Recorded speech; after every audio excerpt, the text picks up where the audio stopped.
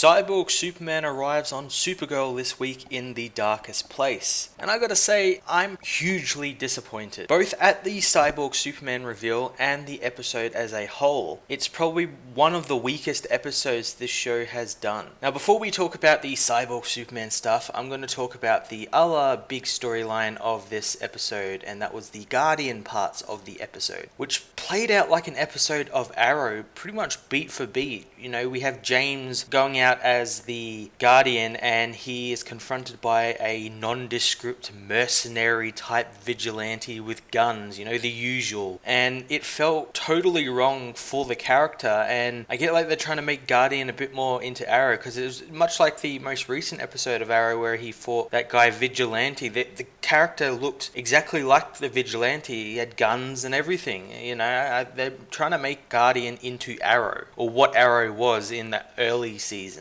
Now onto the Cyborg Superman story. Originally, me and a few others had thought that the scenes we saw in the promos leading up to this of John attacking Supergirl was a red herring and was actually the real John Jones fighting off the white Martian blood he got put into his system in the last episode, and it sort of made him go feral or something, and Supergirl had to stop him, and it would have been great, except that's not what really happened. The next thing I thought was that maybe they'll make Jeremiah Danvers, who's played by Dean Cain, the Cyborg Superman, you know, since we've learnt that he's with Cadmus, he's working with them on something, we're not too sure, and it would have been a really cool reveal, a really big twist as well on what's happening in the current Supergirl comics, where her Kryptonian father Zor-El is the Cyborg Superman in the DC Comics, and it would have been a nice role reversal there with her human father becoming the Cyborg Superman. Instead, all we got was robot Hank Henshaw, who apparently is technically the real Hank Henshaw,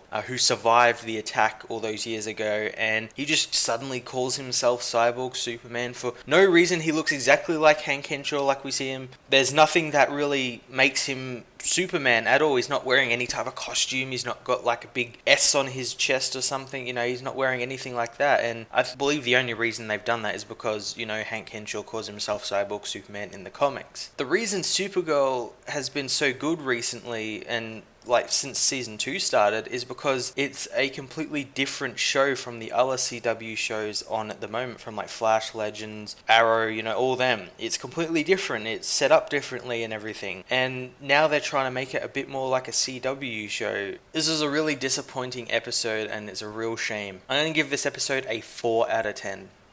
Hey everyone, thanks so much for watching my latest video, hope you enjoyed it. While you're here, why not check out another one of my reviews, like and subscribe my channel for more reviews and videos, and follow me on Twitter at Matt_FOS. Thanks guys, and I will see you all next time.